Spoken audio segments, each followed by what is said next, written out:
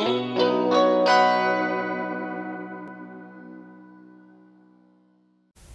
thanks so much for tuning in to today's Drawing for Adults class. This class is offered as a partnership between the Ann Arbor District Library and the Ann Arbor Art Center, both located downtown Ann Arbor, Michigan. Today, our drawing focus is going to be on how to draw hair. So I am going to be walking you through a couple different steps about how to draw hair, and so I hope that you will just grab a piece of paper and a pencil and follow along with me. It will be really helpful to have a couple photo references nearby if you want to pursue this further than just drawing the study that I'll be drawing. So grab a magazine or take a photo real quick of yourself, and you can use that as a photo reference for the drawing today.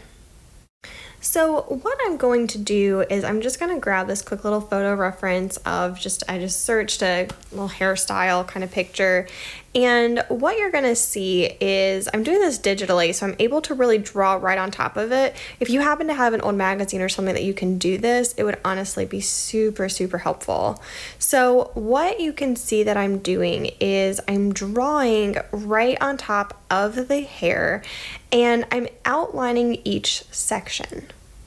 And so I'm not going to focus necessarily on each individual strand of hair. So you can see here, if I did that, it would take a long time, but instead I want to look at each of the different sections. So I'm kind of really squint my eyes here and make up a little bit of it, right?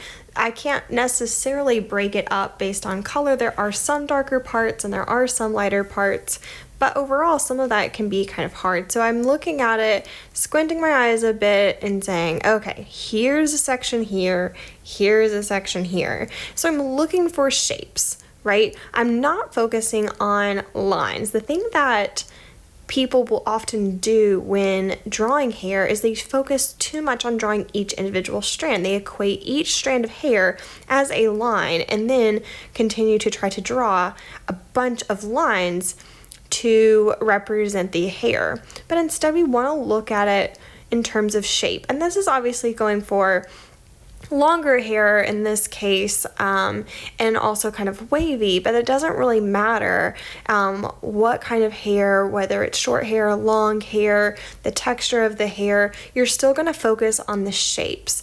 And so you can look at it and you can identify. Now this one, because of the waviness of the hair, I think we can really see all those different shapes. Now here I'm taking away the photograph and we can really see what is left basically whenever I don't have the photo and I just have my outline. And honestly, this looks like hair, right? But I want to take it a step further and I want to really look at the values, meaning the darkness and or lightness of the object and color. So here I am first just kind of tracing over the parts that are dark. And so I'm pressing down hard with my pencil to kind of notice and identify the parts on the hair that are darker. And this is something that, I might have to go back in and erase some of it, or maybe even press down harder in some cases. Every once in a while you can see me take away the photograph to really look at what it is that I'm drawing, because it's a little hard to just kind of trace over it. And you certainly don't have to do it this way. I do find that it is helpful to draw directly on a photograph if you have that, if that's an accessible option for you. If it's not, that doesn't mean that this is really any different. You would just, again, you would start the same exact way, but just by just drawing each of the different sections and then shading it in, and just by looking at it rather than just doing it right on top. My goal is, of why I want to do this on top, is so that you're able to really see how effective it really is and how accurate it ends up being at the end. So here, I'm just going to keep shading right on top of each section of hair to get in each of those values. So the parts that are really light, I'm actually not even going to really worry about shading those, and I'm just going to even exaggerate it. Obviously it's not technically white, but I'm probably just going to leave those to be white or almost white, just as a way to emphasize that contrast. Now, if you're looking at a photo, if you did end up just taking a selfie real quick, or you have a photo reference that didn't have the best, most professional lighting, you might not be seeing that much difference between, you know, some highlights and shadows. So with drawing pretty much anything, having a nice lighting environment is going to be key. And same thing goes for hair. If you are drawing something like this in a fairly dark room and you're from a photo reference that wasn't taken in a dark room, yeah, you're not going to see that much contrast. So making sure that you have a nice lamp, you know, it's you sitting under a lamp, for example, will be helpful. So here you can see, I'll still see a lot of my outline. I'm probably going to keep working on this because it doesn't quite look finished, but at this point what's nice is that I can take my photo, put it aside, and I don't need to do the rest of it really with the photo underneath the drawing. And so this should be helpful for those of you that aren't planning on doing this right on top of a photo reference, but instead doing it adjacent, such as this. And so here you can really see I'm just looking at the photo. Yes, in some cases, especially right here behind that braid, you can see I am exaggerating a little bit more of that contrast just for aesthetic purposes. So sometimes when we don't have the best lighting, or even if it's pretty good lighting, this is not necessarily bad lighting here for this photo reference, but I still just want to exaggerate a little bit to make it a little bit better. So I am going to pick up the speed here, so you can pause this at any point, but you can just watch as I continue to fill in the values in the hair.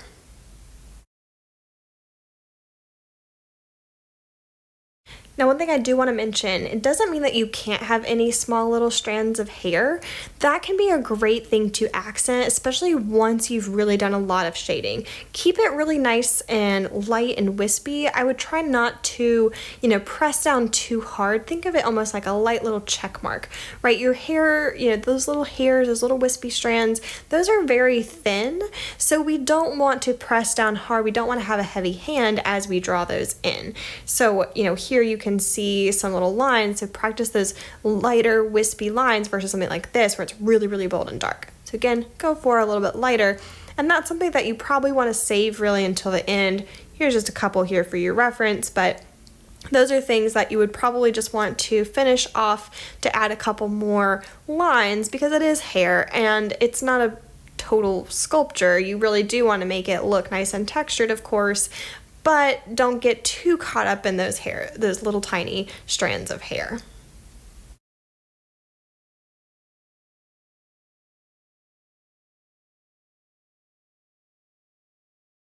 Alright, so that's pretty much the end of that one. I will switch here and show you another drawing video. Just real quick, I'm just going to start you off with a different hairstyle more from this side. This is kind of what we would consider a profile view, where it's that side angle. And so here you can see the facial features are a little bit different. So this is important mainly just if you want to sketch out, of course, the actual face, because the other one was just the back of the head, whereas we weren't really drawing the face, which is of course important, but the back of the head is where we see the most hair. So the profile, though, we still see a significant amount of hair in addition to still seeing our facial features. So once again, I've started doing this by outlining and tracing right directly on top of my photograph and showing the different sections, mostly based on just color, value, those kinds of things, and also just the contour of the hair. So I forgot to mention that before, of looking at the direction of if it were a line, how is it moving? Is it a curve? Is it moving towards the right? Does it dip down? Does it dip inwards? What direction is it going? And following those contours, if you were to draw kind of an arrow describing that line, what would that look like, right? And then once again, I'm just going to walk you through that process of pressing down a little bit harder for the darker values, not pressing down nearly as hard for midtones, and of course the lighter areas. Again, even though this is a darker hair color, I'm still not going to press down quite as hard, or I'm not gonna, I'm not gonna press down as hard. I'm gonna leave it to be a little bit lighter, just so that way I can emphasize the highlights. That doesn't mean that I have to leave it necessarily white. I would want to fill it in, of course, a little bit more than this, but this is just a really quick little example of how to draw hair by breaking it down into basics, shapes, and sections. So try this with yourself, with different hairstyles, and just break it down into the shapes first, into those different sections. And then again, if you want to add those little wispy hairs, you can. But again, this does work for all sorts of different hairstyles and textures. So try it out, give it a go, and I hope that you enjoyed this video and that you are able to draw lovely portraits with incredible hair.